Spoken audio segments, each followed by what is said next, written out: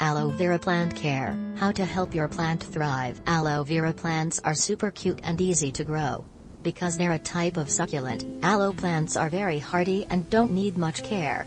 They make a great addition to your home or office, and you can even use aloe gel to treat minor burns. Ready to be the best plant parent ever to your aloe? We'll have you feeling like a professional gardener as you watch your aloe grow and thrive. Things you should know. Water your aloe 2 to 3 times a month during spring and summer, and once a month during fall and winter. Plant your aloe in a pot with a drain hole in well-draining soil made for succulents or cacti. Place your aloe plant in a warm, sunny spot, such as on a windowsill. Propagate your plant by cutting off new growth at the base of your aloe. 1. Growing aloe. Place the plant in bright sunlight. If your aloe doesn't get enough sunlight, its stems will reach out toward the window and become weak. Choose a sunny windowsill or a bright spot that gets indirect sun. Ideally, make sure your plant gets a minimum of 6 hours of sunlight a day. During the summer months, you can move your aloe outdoors so it gets more sun. Slowly increase how much time your plant spends outside, though, because its leaves can get sunburnt in full sun. Water your plant every 2 to 3 weeks during the growing season. Aloe plants are pretty low maintenance, since they don't require much water.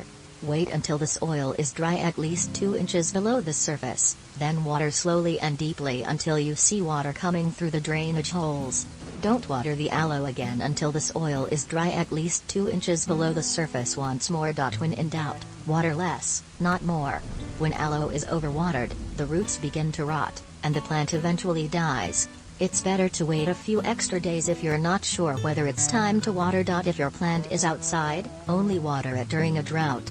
Otherwise, rely on rainfall for regular waterings. Keep the plant in a spot that's 15 to 25 degrees Celsius, 59 to 77 degrees Fahrenheit.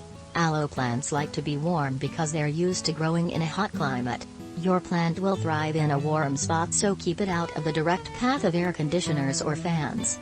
Keep in mind that sunlight will add a little extra warmth to your plant. Freezing temperatures are deadly to aloe plants. They can freeze the water inside the leaves, killing them. If the soil ices over, the entire plant will die. Fertilize your aloe as often as once a month from March to September. While you don't have to fertilize aloe, feeding your plant will help it grow faster. Pick a fertilizer that's formulated for houseplants, then mix 1 part fertilizer with 1 part water. Sprinkle the fertilizer along the base of your plant. Keep in mind that aloe is used to growing in harsh conditions, so it'll still be able to thrive without fertilizer. Let your aloe go dormant from October through February. Aloe plants need to rest during the winter to thrive.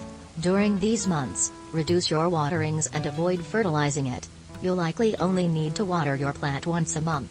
Just make sure the soil is totally dry before you water your plant. Your plant won't wilt during the winter, but it won't grow, either. Watch for pests. Aloe is susceptible to both aphids and mealybugs, which can damage your plant. Mealybugs are oval and waxy, and aphids are tiny flying insects. Both of these pests enjoy sucking the sap from your aloe. To kill them, spray your aloe with insecticidal soap.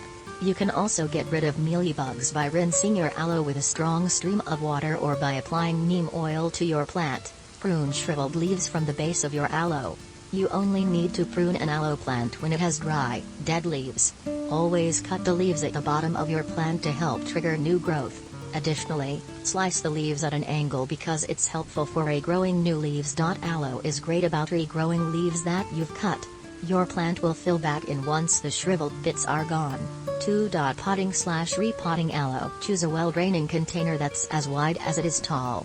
Look for a pot that's no larger than 2 sizes bigger than the current pot, and make sure that it has a drainage hole at the bottom.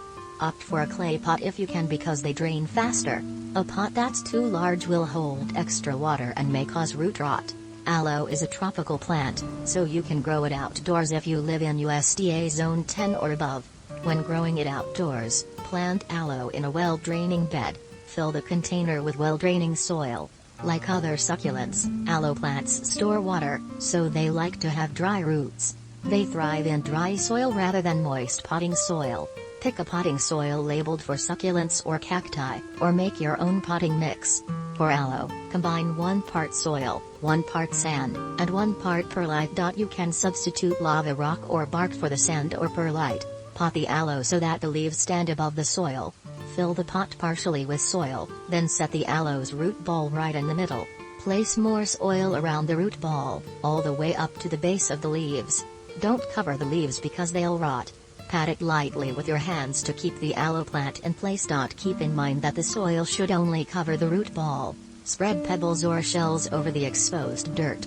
Covering the topsoil helps your aloe hold in moisture, like they do in their natural environment. Any kind of small rock will work, so pick one that you like. After you spread them over the soil, press the pebbles lightly into the dirt around the base of your plant. Wait about a week to water your aloe. Aloe isn't a typical house plant. Since it likes dry conditions, it'll take to its pot better if you don't water it right away. Give it a few days to a week for the roots to settle, then start watering it. Remember that aloe stores water in its leaves, so it takes a while for it to totally dry out. Your plant isn't going to die if you wait to water it. Repot the aloe when it's crowded. Aloe plants actually like to be root-bound, which means they prefer to be in a tight pot. Your plant won't grow as well if the roots have too much space to fill because your aloe will use its energy to grow its roots, not its leaves. Wait to repot your plant until the pot is overflowing with aloe or crowded with baby aloe around the base of your plant. With aloe, you have a lot of leeway when it comes to repotting.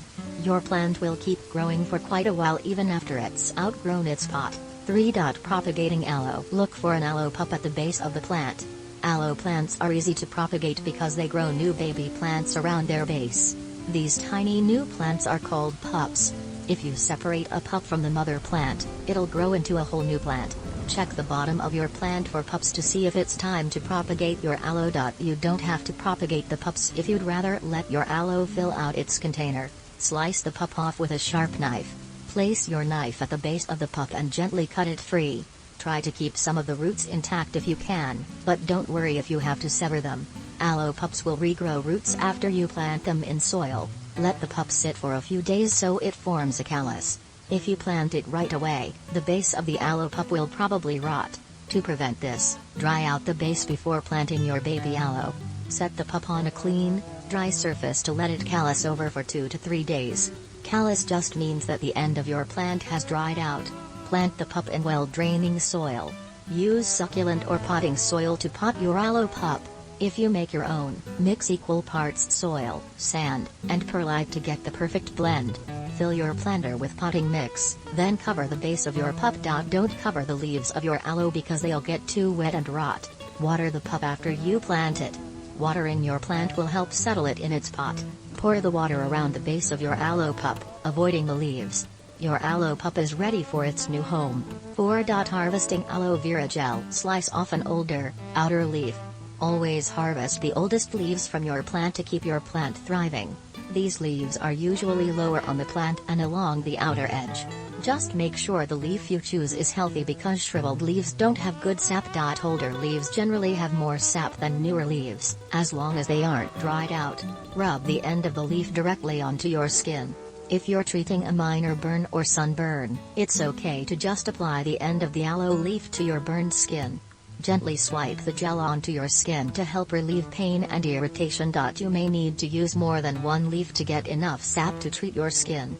Drain the gel into a jar to use later. If you want to collect some aloe vera gel, wash the leaves to remove any dirt and debris. Then, cut the ends of the leaves into a V to make it easier to harvest the gel. Place the leaves standing straight up in a jar with the cut end pointing down. Allow the aloe leaves to drain for 24 hours, then remove the empty leaves and discard them. Store your aloe gel in an airtight container.